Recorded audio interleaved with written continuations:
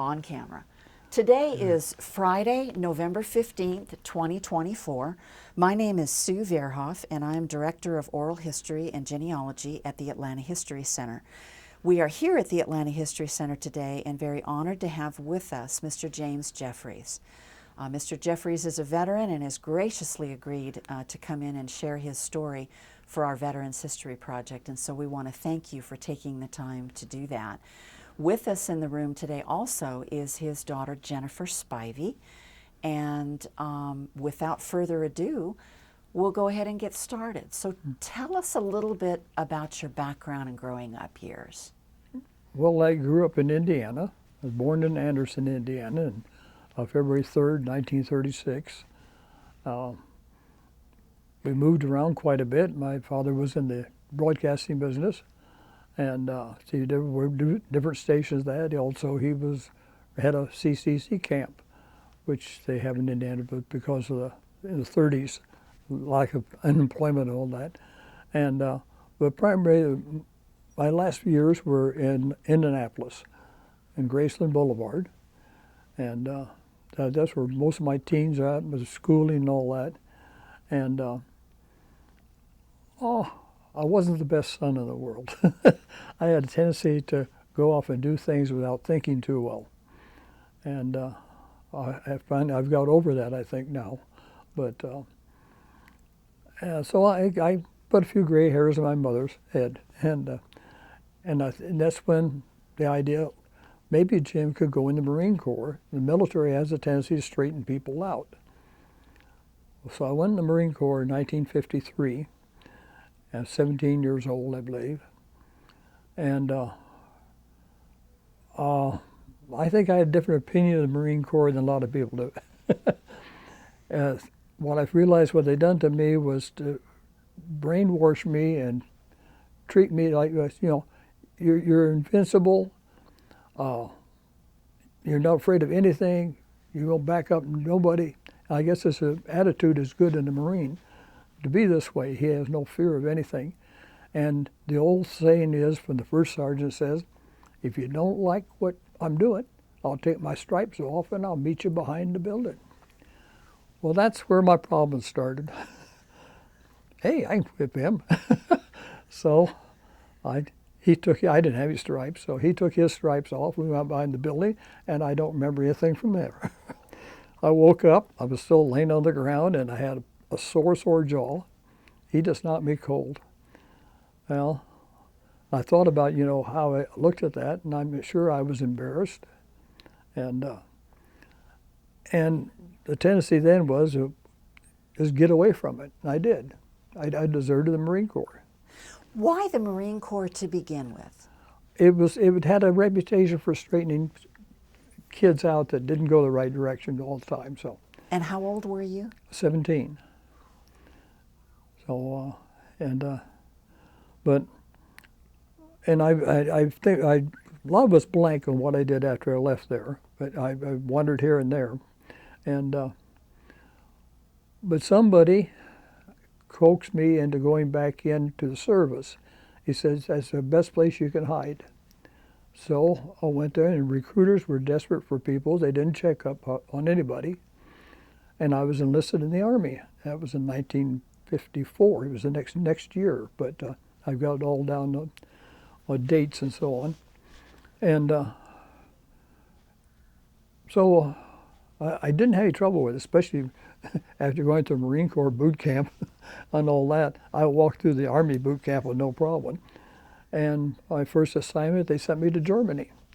And this was during the occupation of Germany in the 50s. And so I spent 3 years over there. I went to cook school when I was over there. They needed cooks, and I had a history of taking home economics in high school. I did that because my father's cousin taught it, and besides that, it made all the other guys in school jealous because I had all the jokes from the girls in the school. They didn't know them, so. But anyway, back to the military.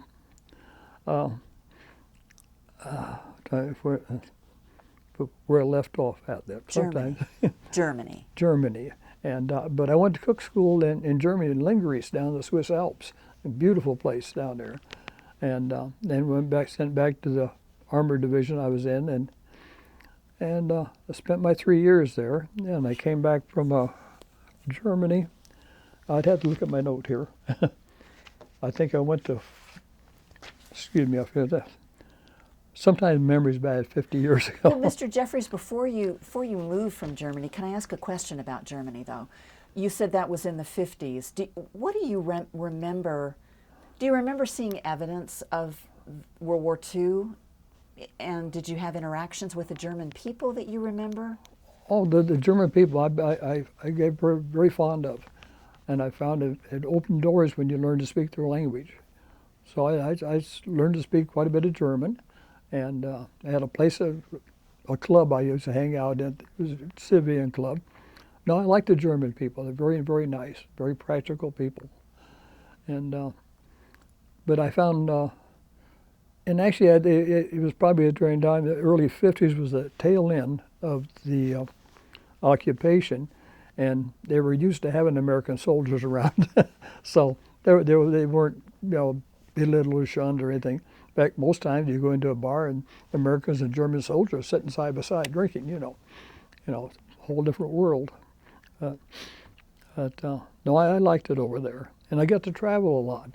I mean, I went everywhere I could go. I mean, to Switzerland and all that, and Netherlands and England, France. And so I enjoyed my tour in Germany. I went 3 years over there. So, and but when I came back, I was sent to Fort Polk, Louisiana. And it was also, I was a cook there. It was an armored division, and I took a discharge from there when I was out, and because a friend of mine that got out at the same time was in from Waco, Texas, and we so I went to visit with him, and this is when I met my first wife. We were in a bar together, and she was Air Force, so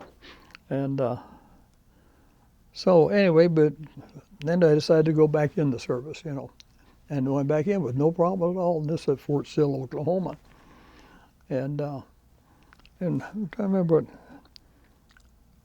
And I was still a cook there until I ran into I was what they call a dietitian.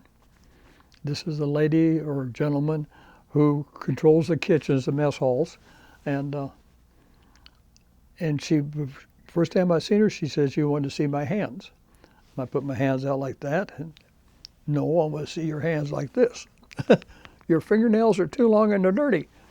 Get out of here. Whoa, I didn't know what to do. So I went back to the company and told the first sergeant, and he says, well, she don't want you over there. Why don't you go down to personnel and see if they got something else you can do? So I went to personnel and told them the story, and I said, you're in luck. The colonel over here at the cardiology, he wants somebody to learn to run electrocardiograms, and I don't want any medical experience. I want somebody just, well, I'm a cook. How dumb can you get? So the colonel, he taught me how to run electrocardiograms and that, and I became an EKG tech. And it was fine and good. I spent quite a bit of time at Fort Sill, and look at my note here. And I got promoted to E5 also while I was at Fort Sill. And my memory lacks me sometimes. Oh yeah. This is they like to rotate people. They don't like people to stay in one place too long in the military. They get happy. And so I was sent out to Fairbanks, Alaska. Also, it's an EKG tech. And actually, I liked it up there. A little cold, but, and I spent 2 years up there. And then while I was up there, they were looking for people who wanted to go to cardio-pulmonary school, which it was in San Diego, Naval Hospital. And it sounded interesting, but I never had anything to do with it. So I applied, and they accepted me. So when I left Fairbanks, I went straight to San Diego, and then class was 39 weeks long, 39 weeks, 39 months, 39 weeks, and I graduated number one in my class. I get a little certificate that says, "Hey, you did it." So I was paying attention to what I was doing, I think, for a change. And so from there, I got assigned to Fort Sam Houston, Texas. And so I then went there in '65 and to Fort Sam, and I stayed there till '72. And I was in charge of the cardio-pulmonary lab, and we monitored all the open heart surgeries and did cardiac catheterizations. And I got promoted E6 there in 1966. And I was still there. In '72, I got promoted to E7 and got transferred to Letterman General out of San Francisco. The same colonel that I worked for in San Antonio had gone out to Letterman, and he requested me to come out there. So I worked for him for another 2 years out there, and I retired. And a funny story about the Letterman was, I was there about a month, and the sergeant major from the hospital come up and he says, "You got to go see the general in the morning." I said, "Well, why do I have to see the general in the morning?"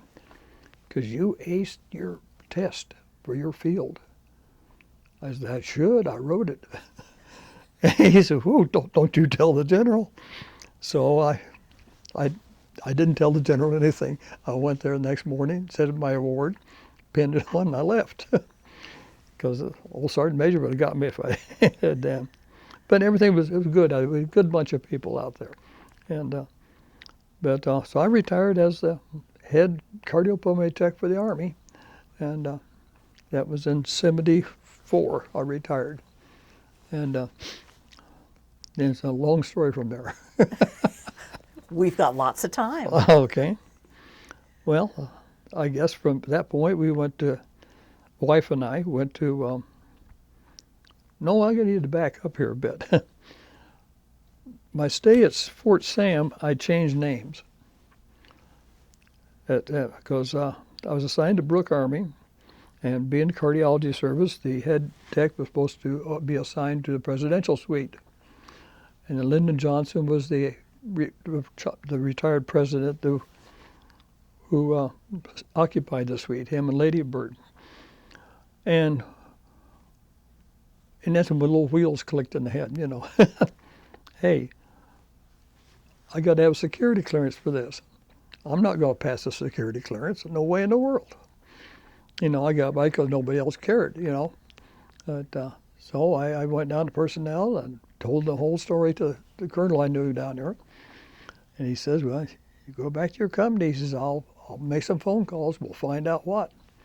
And it took a couple weeks, but I end up getting a letter, which I have here, that shows the regulation that I was no charges to be pressed against because I had re-enlisted 3 times and not been detected.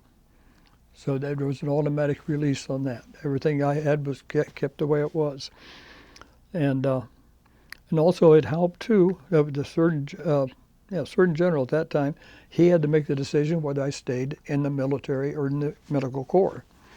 And the old Colonel Farmer says, "You know, if he gets up in the morning and the wife's on his butt," he says, "you're going to go." And now if he's in a good mood, he was in a good mood. He checked me off and said, "Fine, stay where you're at, do what you're doing. We want to keep you." So, and so that part. But then the hardest part came from that point. How do you get in touch with a family you deserted 13 years ago? It was hard work. Because I hadn't wrote to them, they had no idea where I was. So, but my wife was my partner, so no problem. She's with me all the way. So I wrote a letter and mailed it to them, and then about a week later we got an answer. said, "Come home." And I'm sorry, I choke up a little bit now. But anyway, my family took me back. And so I don't know. I'm glad they did. I got to be with them the rest of their lives. And right now, my mother's passed, my father's passed, my brother, and my sister, and I have a younger brother who has Parkinson's. So him and I are the only ones left. So, and so that is about. And here I am now. I had a couple other. The colonel I worked for and the general I got a picture of in here. They both wrote letters for me too, because I'd worked with these gentlemen before. They knew me real well, and I think that had a lot to do with it. So, but that's my story. Can I ask a few questions? Sure. When you first enlisted with the Marine Corps, did you enlist under James Jeffries? Yes, Okay. I have the 214 from the Marine Corps and also a discharge from them, Okay. and all have that. What I did, I met a person named Head, and I used his name when I enlisted in the Army. I see. So, but everything else was, but nobody checked up on it. Wow. Which I guess there's probably a lot of people, because they wouldn't have had a regulation that covered something like that if this hadn't happened before. So that doesn't justify what I did, but. And as far as you know, the Marine Corps never looked for you after you left? They just notified my parents that I'd left. And that was the only thing they ever heard from them. They don't have a tendency to go looking for you. So, and all I'm going to do is blame that first sergeant. He didn't teach me how to fight early enough. He closed my eyes for me. Tell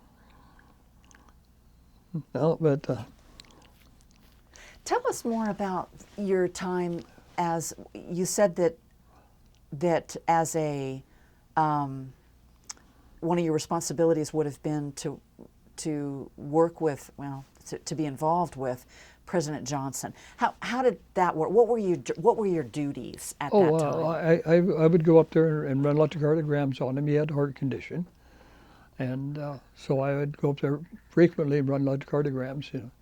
But the true story I like about the suites on the top floor of at Fort Sam. The president had a nice big suite, and he had a deck, a very large deck outside, and it had AstroTurf on it. Lady Bird had a suite same size on the other side. Hers was carpeted. I mean, it was plush. Everything was plush. Johnson, plain Jane, and of course the Secret Service had 3 other little apartments up there. So, and I got to meet Lady Bird. I got to meet Linda Bird, and Lady Bird definitely was a person that you either had an opinion, you either liked her or you didn't. She didn't let you have between, and I gave her credit for a lot of things. The Johnsons had money, and she was the reason for it. She ran all the radio stations and TV stations that his name was on, and lots of other things. She was the business end of the place. So, but they're good people. But, that's all I can say about that right now. Any particular memories of the president that you'd want to share, or of the First Lady? No, I got to talk to him a couple times, especially when I was doing tests on him. But that's the only part. When he went down to Mexico, he had a ranch down there. My colonel always went with him. The enlisted didn't go with him. The doctors themselves had to go down there. So, but no, you were treated very, very good, and they always showed appreciation for what you were doing, and so. But I liked the Johnsons, I did, and. But Any other memories of your service, either in Germany or the stateside commands in which you served? Any other people or memories that stand out?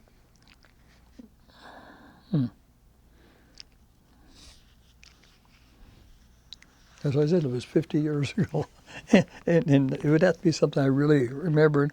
But 13 years, you got to know a lot of people and see a lot of people at Fort Sam. Mr. Jeffries, let's take a break for just 1 second. Okay.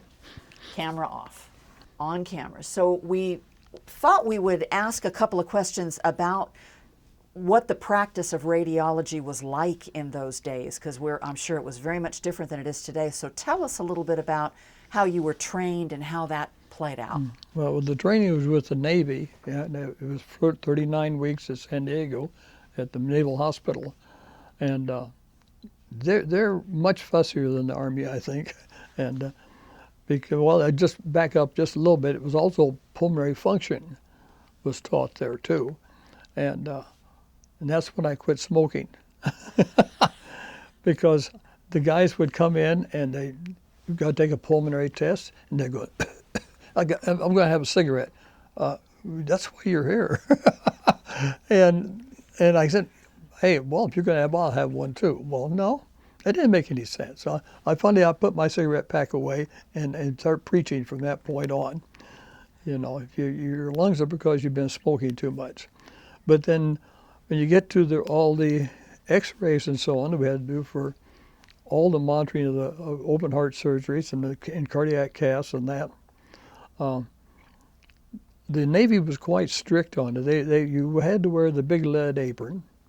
You would only be so close to it. You never turned your back on the x-ray machine because it would get you. It comes through the back much easier than the front.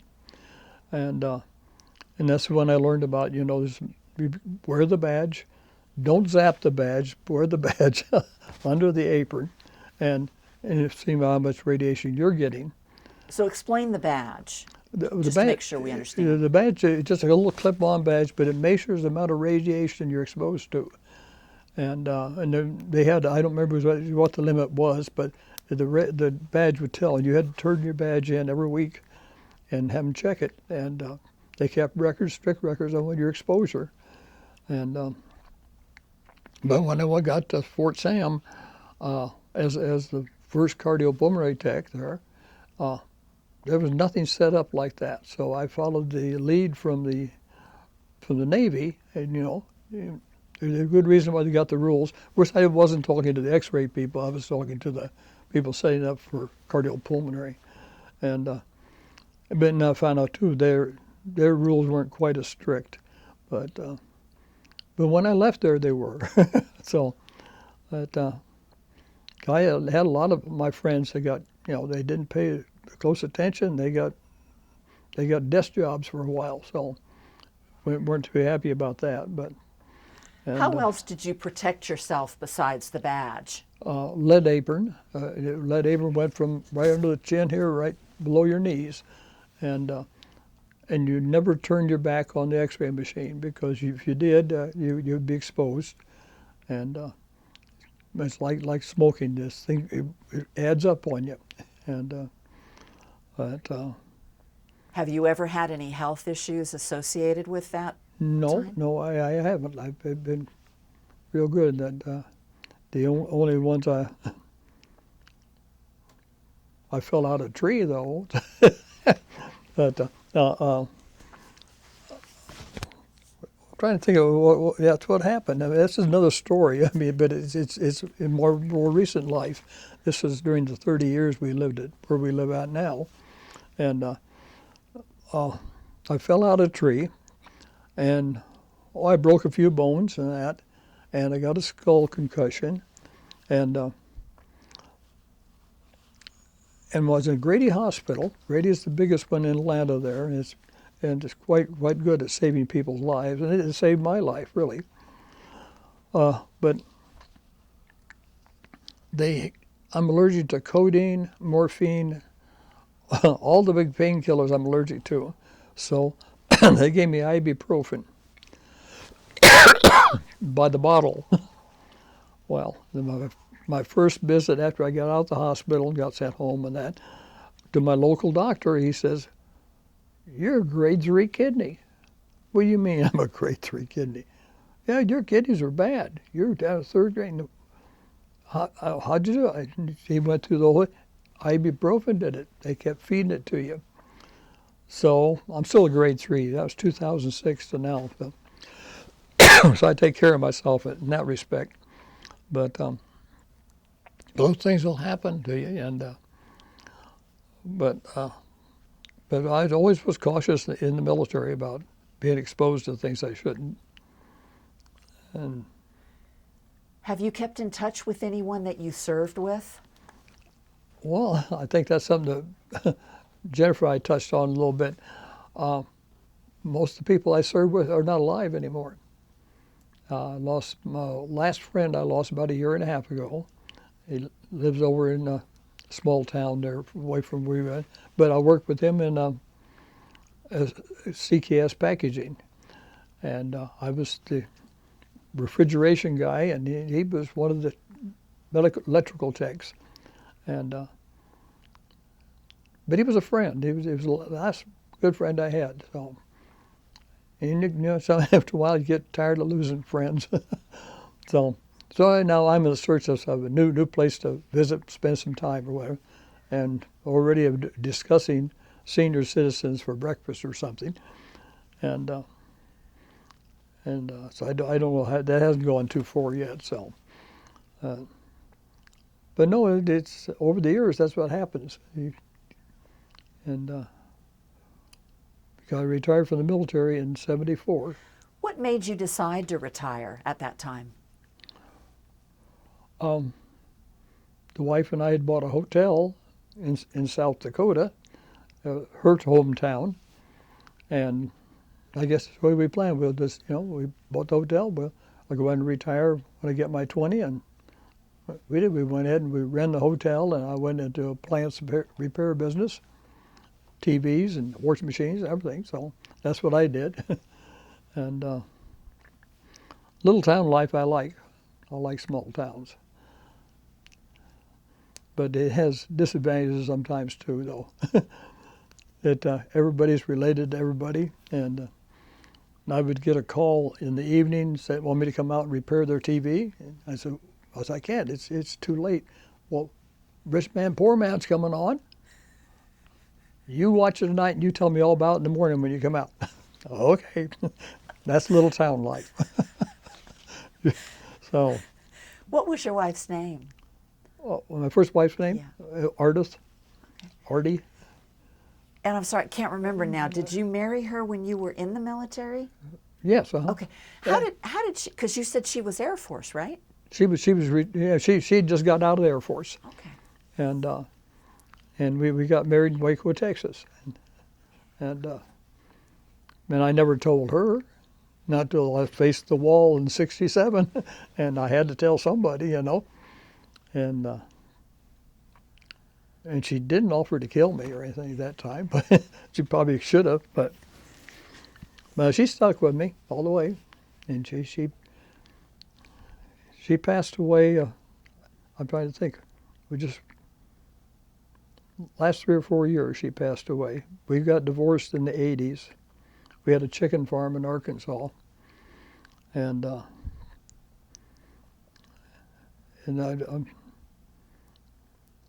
anyway, we were still friends. But she moved out to Washington State, where she was from. Her family all lived out there after she got divorced, and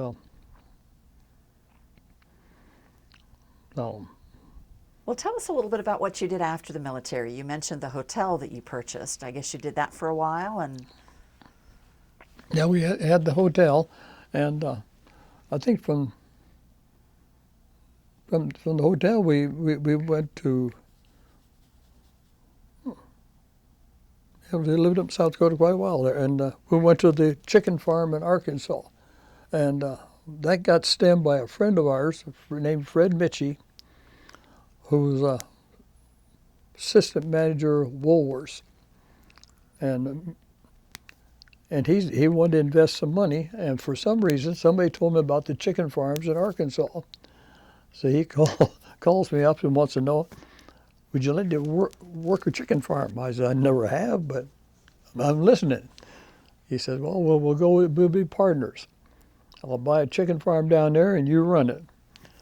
Well, as I've told many people, it took me 1 year to hate chickens. It took 3 years to sell that farm. I wouldn't eat an egg or eat chicken for years. I mean, it was bad. And I went from the chicken farm down to Augusta, Georgia, because a friend, one of my best friends in San Antonio, a guy I worked with, he called me up and says, we got a civil service opening in Augusta, Georgia for cardio-pulmonary. You'd be head of the lab. I said, well, okay, I'll take it. So I went over there because I got rid of the farm. and I was there for about 2 years. And I can't remember what it was. I had a little run-in with the doctor, the civilian doctor who worked in the military hospital. And, well, I guess he got running with me. He got notified by the Surgeon General. They were coming down to do an inspection. There was some things out of order. And he was very upset about that. And he wanted to make sure that myself and the 3 other techs didn't say the wrong word to anybody. Oh, he was adamant about it. The inspector walked in. He says, hi, Jim. Hi, Ed. How you doing? He was the anesthesiast at Fort Sam in those years, and him and I worked together. He would turn the anesthesia over to me with open hearts, and I'm anesthesian and monitoring both, and same way, We were friends for years. And we went off, had coffee. He never talked to my boss. and from that point on, the boss wouldn't say nothing to me. This won't work, I got to follow your orders. You won't even talk to me. Well, you just squealed to your friend up there. So I retired from that and went to work for my other brother at a plastic plant in Georgia. So it's strange how things go. Yeah. But you meet a lot of people in life, and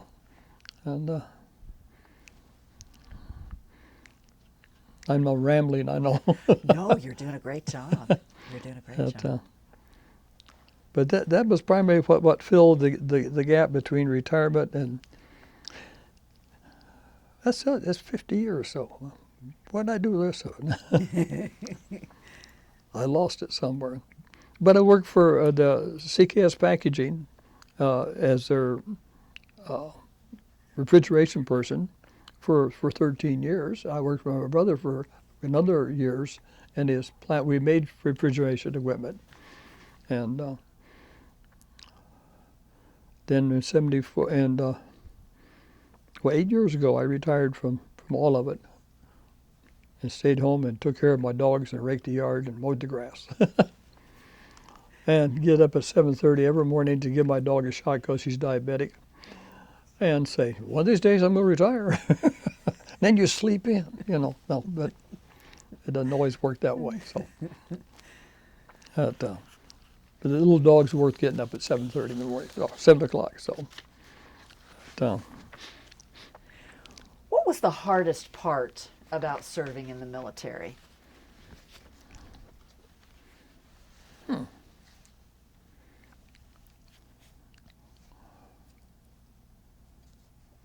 That's a good question, because I had the jobs I had in the military when I finally got going, I enjoyed, and so I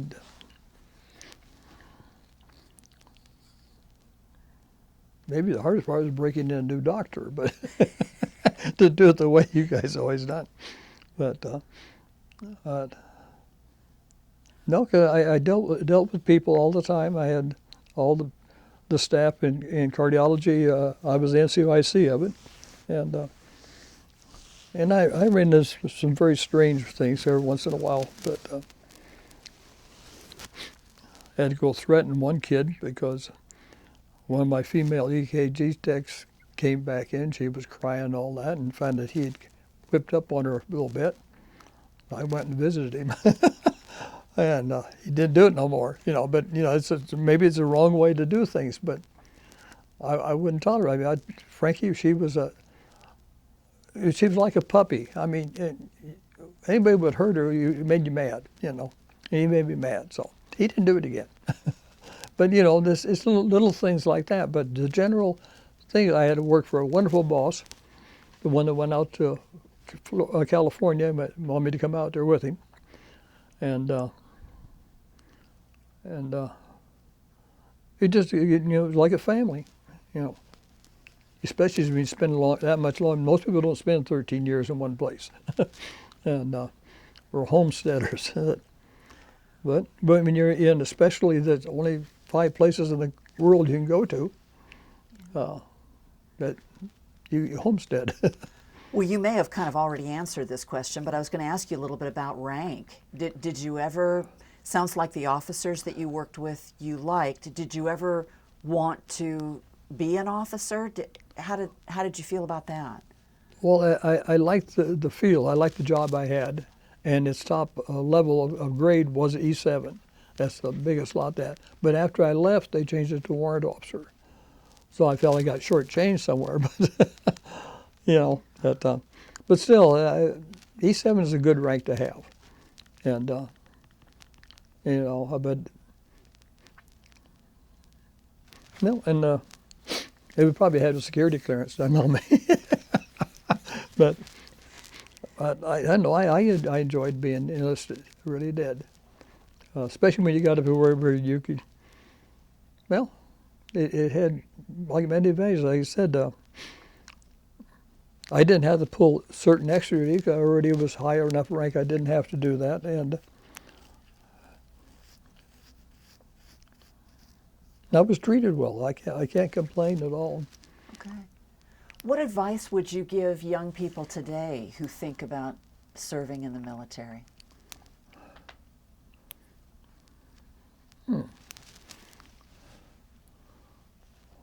Well, I guess it's it's a good question. Because the military doesn't isn't attractive to a lot of people, especially ones who are like I was to start with, directional, and it wasn't always what they wanted and all this. And but if you don't mind being disciplined, and you got to be disciplined in the military. Your opinion really is not asked for, and you don't want to give it freely, because you're going to insult somebody. But I think the military is, if somebody needs to get it together, so the military is good, very good, and it's not a bad career field. I liked it better when I was in than what I do now, because this is often different field, completely different direction. But when I went in the military, I was told when you retired at 20 years, you would get a paycheck every month. You had a pension, is what it was. And you had medical care for you and your spouse the rest of your lives. That was supposed to be covered. And things have changed now. There's no pensions in the military anymore. You go with 401ks. And 401ks is, you put money in, the government puts money in, it goes into something you have no control over, 401k. And I never found that to be a good way to invest. But that's what that's your pension. That's what it is. It is that. What the other thing was, the medical care. I know this sounds like a complaint, it probably is, but right now I have Medicare, and I have TRICARE for Life. TRICARE for Life was given to me by, it's the federal retirement subsidy, the extra thing. And I can't complain too much, because I get my prescriptions. I pay a copay on prescriptions of $13 for a regular prescription and $43 for a and supposedly I was supposed to get Medicare for free. I mean, no copays. It's supposed to be, but the whole idea at that time they were offering it. You went to a military hospital and you got taken care of totally. Well, Congress changed things. They were spending too much money on military staff and military hospitals, so they cut them back considerably. And when they couldn't take care of the Joe Blow and his wife and kids and all that. And a lot of doctors quit them because, hey, now I go to work as a doctor. I don't see a family. I don't see old people, young people. I see 18-year-olds to 30-year-olds. And that does me no good when I retire, when I get out of the military. I can't go over to practice with that experience. So they just cut back on them all and put us on, like the Part B, we pay on that, that carries your Medicare. And the TRICARE is substitute for all the other stuff they promised you. And I still pay dental premium. I had to have my own dental insurance, my own eye insurance, and that was all excluded. But life isn't always the way you want it and want to keep it. So I met these things. They saw a way that, hey, we can't afford to do that no more, so we'll give you this in lieu of that. Yeah. And I'll live with it. I had to voice it somewhere. No, that's great. Jennifer, is there anything that you can think of that you'd like to get on tape? Any stories he's told or anything we've missed? Just the great experiences he's had in Germany and in San Francisco. And I just think he was a great help to a lot of patients.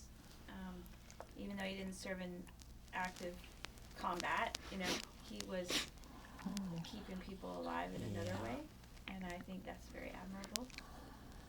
I don't think we talked much about the Presidio. Is there anything, when were you there? 70 to 70, 72, 74. Okay. Presidio, San Francisco. Any particular memories you've got of that place? Ghirardelli chocolate. Ghirardelli factories in San Francisco.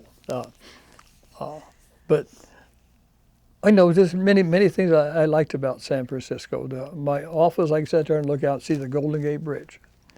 And what would you pay for that picture? and it was nice. The Letterman General out there, now they closed it all down now, and I guess the bidding war on the contractor, people wanting to buy the land, was terrific. But it's a different way of life, and I guess it's the only time I lived in government quarters, and other than just the Army guys, but we had housing on base, and everything was done, and if the wife wanted to plant a flower, she had to call up, and they come out with a whole truckload of people and food and dirt and stuff, and they'd plant the flower for her and leave. But that's the way it was done,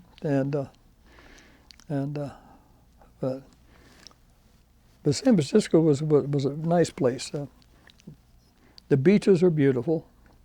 Dogs love the beaches too. So, but as far as the people go, I got along good with the colonel I worked for, because I knew him from San Antonio, and I had to beat a reputation down when I showed up though, because the little sergeant that was there before, he was telling everybody what a, excuse the expression, badass I was. He lost his jobs. What happened? He got shipped off somewhere else, and but anyway, they found out I wasn't that mean. I looked out for them. That was my job, is to take care of all people. Plus, run the cardiac cath lab. But all in all, I liked San Francisco, but San Antonio was the place I liked the most. Because I met people sometimes once and twice that came through. They would show up again, I'm still there. You still here? Yeah, okay. But Well, I know we've got some things in the bag that we Yeah. need to talk about, but before we get there, is there anything we haven't covered that feels important to you about your time in the service? let me glance at my paper just a minute there.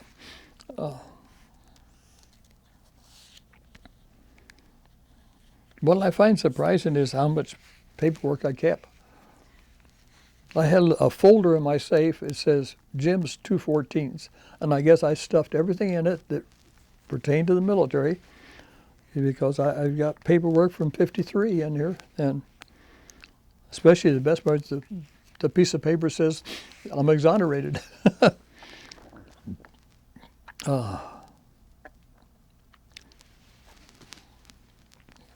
Nose is leaking again.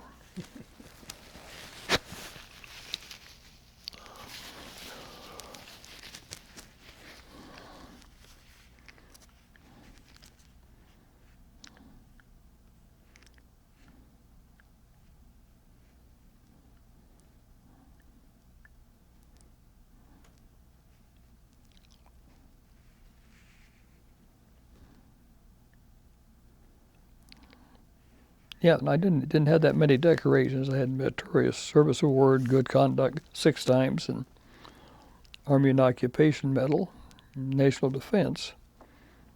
But some of my favorite ones, the one the general gave me. I wrote the test. That's awesome. Well, I know you've got at least one picture. You showed us a great picture in your bag there. Anything that, you know, This is, I got the picture of the Marine Corps picture. yeah. That's it. And I'm one of those in there. Now hold that up kind of underneath your chin. And we're going to figure out which one you are later. But Yeah, okay. so that was your basic training class? photo? Yeah. Basic training in the Marine Corps. And I think this was what was in there. Yeah, this is other stuff. I did quite have it organized here.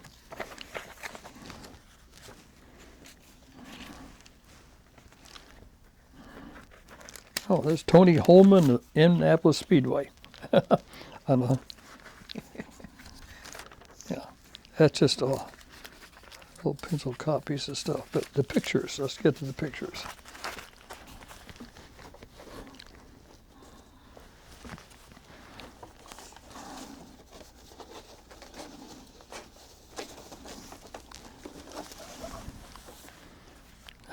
You got paper clips and that. This is, here's an invite from you. Here's another Marine Corps picture, and my father and my brother Alan. So, You were just a baby. yeah, I have a younger one than me. Well, actually, no, I was the oldest one. My dad was older, but I'm older than him. But I'm just looking at you in your uniform. You look so young. Yeah, and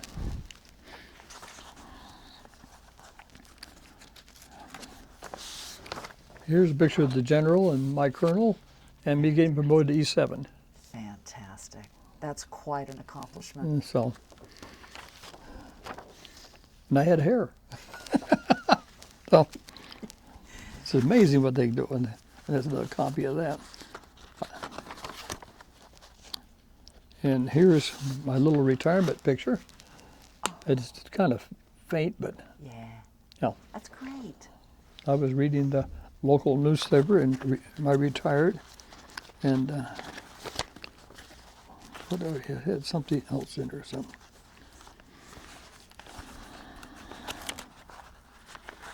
But I got all these 214s and that.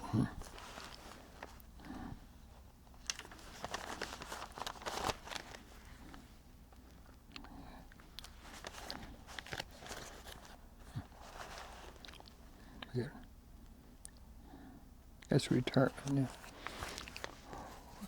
Trying to find that first one.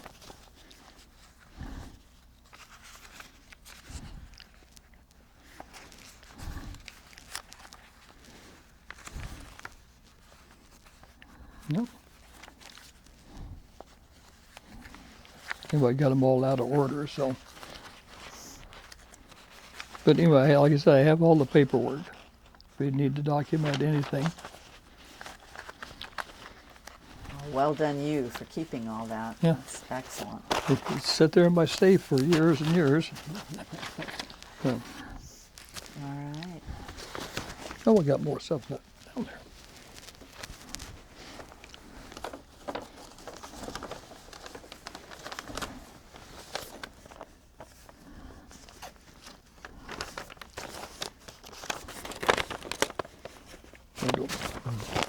There are more pictures on here.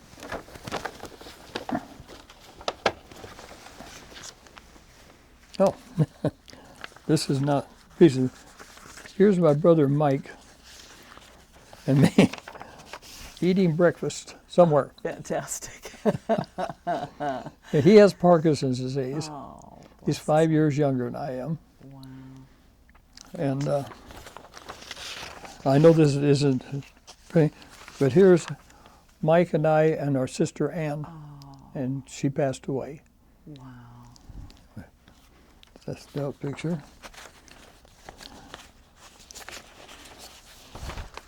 I don't know what I have in this.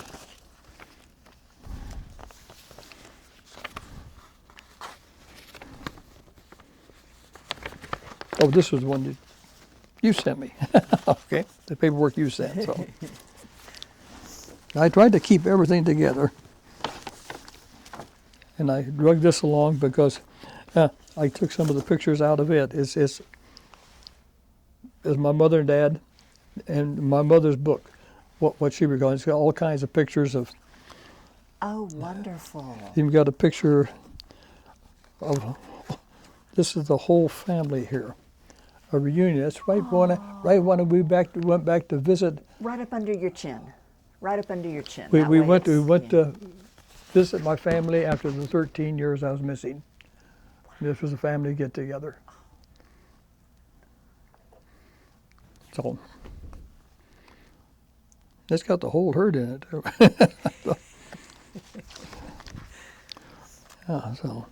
But that's about my story, I think. Well, all right. And this one's got pictures too of. Actually, it has my ex in here too. So. Well, we will see after we turn the camera off. We'll see about making copies of those Oh, because okay. we'd love that. Okay. Well, I can't thank you enough for taking the time to come in and do this today. Well, you made it much easier than I thought it'd be. Well, good. I'm glad to hear that. And we really appreciate you sharing your story. It's very unique, and I'm just blown away. I've never heard a story like yours before, so we're happy that you shared it. I'm just so glad there's people that will give you a second chance. Because if there weren't, I wouldn't be here. And that's the whole thing. Well, I think that's a great place to end. Are you good? Yeah? Okay. All right. Thank you very much. Thank you for your service, and we are off camera.